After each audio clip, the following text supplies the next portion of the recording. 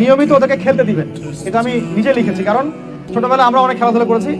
আমি একটু বুঝাই জাস্ট 1 মিনিটে। যত বেশি খেলবে তত স্ট্রেট হবে, মানে ঘামবে। যত ঘামবে তত ক্লান্ত হবে, যত ক্লান্ত হবে ঘামবে তত কোলেস্টেরল কমে যাবে, ব্লাড সার্কুলেশনটা খুব ভালো হবে। তারপরে যত খেলবে ও টায়ার্ড হবে, তখন ও খাবে বেশি, মানে ভালো জিনিস খাবে বেশি, রুচি বাড়বে। যত ভালো খাবে ঘুম তত ক্লিয়ার হবে, ঘুম যত ক্লিয়ার হবে ও ব্রেন তত শার্প হবে, ব্রেন যত শার্প হবে ও অল্প সময়ে যা পড়তে পারবে, যা মুখস্থ করতে পারবে, এটা 10 ঘন্টায় আপনি পারবেন। বিশ্বাস করেন, আমি আমার স্টুডেন্ট লাইফে কোনোদিনও মনে হয় 2 থেকে 3 ঘন্টার বেশি পড়ি নাই, কোনোদিনও না, কোনো পরীক্ষার আগেও না, এসএসসি এইচএসসি ইন্টার মাস্টার্স কোনো পরীক্ষার আগেও না। আমার তো মনে আছে যে আমি ওই ইন্টারমিডিয়েট পরীক্ষার আগে আমরা ভিডিও গেম খেলতে গেছিলাম মোস্তফা, মনে আছে আপনাদের? মনে নেই।